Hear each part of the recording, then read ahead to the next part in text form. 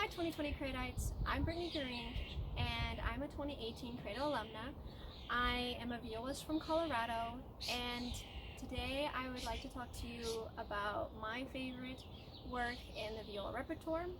I had the pleasure of performing this work in my most recent recital, which was at the end of 2019, which is significant because it is Ernest Bloch's 1919 suite for viola and piano, which in 2019 marks the centennial from when this work was premiered in the 1919 Berkshire Music Festival competition, which was hosted by Elizabeth Rock Coolidge, and there were 72 works submitted for this competition, and Bloch's work was the winning work for the competition.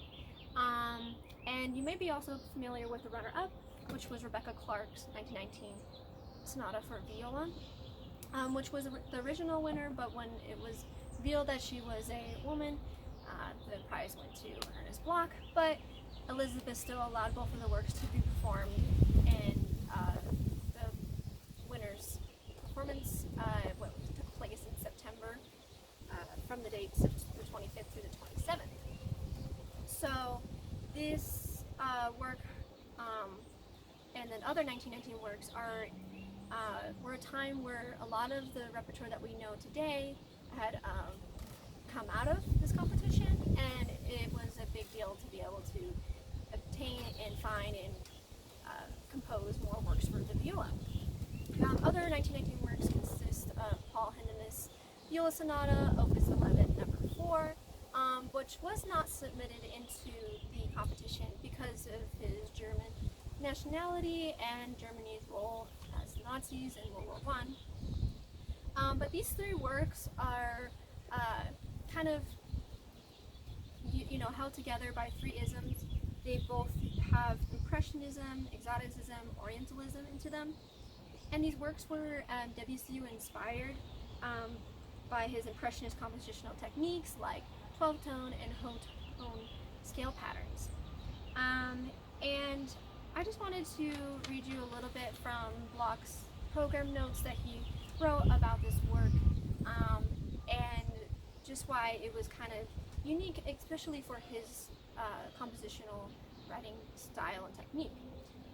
He talks about the collective all four movements as, first of all, my suite does not belong to my so-called Jewish works, though perhaps in spite of myself, one may perceive here and there, in a few places, a certain Jewish inspiration. It is rather a vision of the Far East that inspired me, Java, Sumatra, Borneo. Those wonderful countries I so often dream of, though I never was fortunate enough to visit them in any other way than through my imagination. I first intended to give more explicit or picturesque titles to the four movements of the work, as 1, In the Jungle, 2, Grotesque, 3, Nocturne, 4, The Land of the Sun. But those titles seem rather incomplete and unsatisfactory to me. Therefore, I prefer to leave the imagination of the hero completely unfettered, rather than to tie him up to a definite program. And definitely in this, it does state that this work is kind of unique for him because it does not have a lot of Jewish compositional techniques, although in my opinion it still shows up a little bit in the work.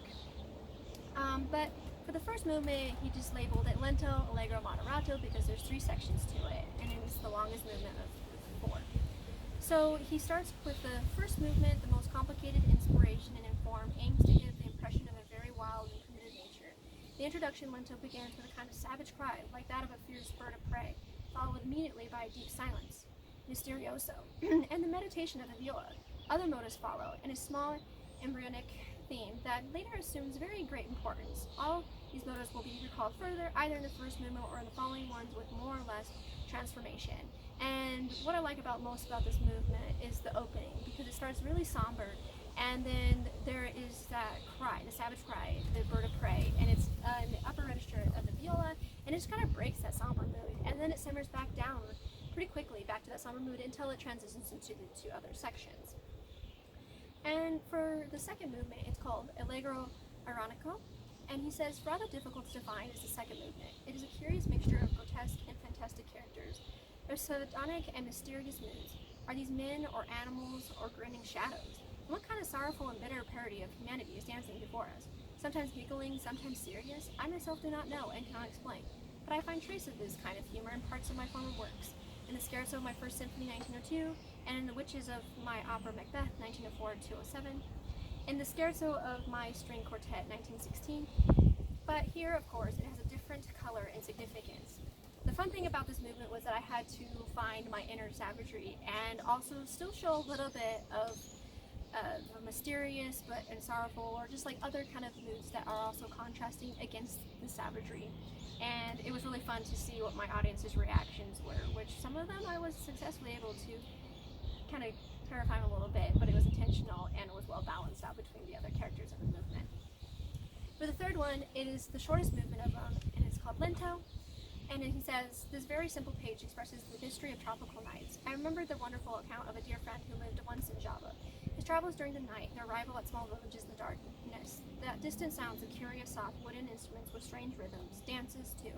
Many years have passed since my friend told me all this, but the beauty and vividness of his impressions I could never forget. They haunted me, and almost unconsciously I had to express them in music. And as he says, the viola has like a dreamy melody, and then the piano has dark chords, so there's that little bit of a contrast, and it's just kind of mystery of like just people living in the middle of a tropical forest, and portrays that really nicely. And then the fourth movement is called Molto Vivo, and he displays this as more technically and more of the structure of the movement instead of themes. And he says, the last movement is probably the most cheerful thing I ever wrote. The form is extremely simple and obvious ABA, the middle part being a more lyrical episode built on motives from the other movements treated in a broad, passionate mood. The first motives are constructed on a pentatonic scale. A later motive, more lyrical, seems to be a transformation of the first.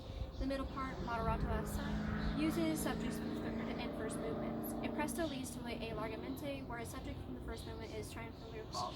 The solo viola, a subject from the first movement, is solo viola remembers the motive of the meditation from the first movement. A short and cheerful allegro vivace concludes the work. And I have found these and read these from a program source book prepared by Suzanne Bloch, and she's part of the Jewish Music Council of the National Jewish Welfare Board. And you can find this probably online somewhere if you want to read a little bit more and read about the sections that I didn't read in today's talk. These individuals sparked my interest to continue to research about the 1990 works, because I also had the privilege of playing Rebecca Clark's sonata a while back.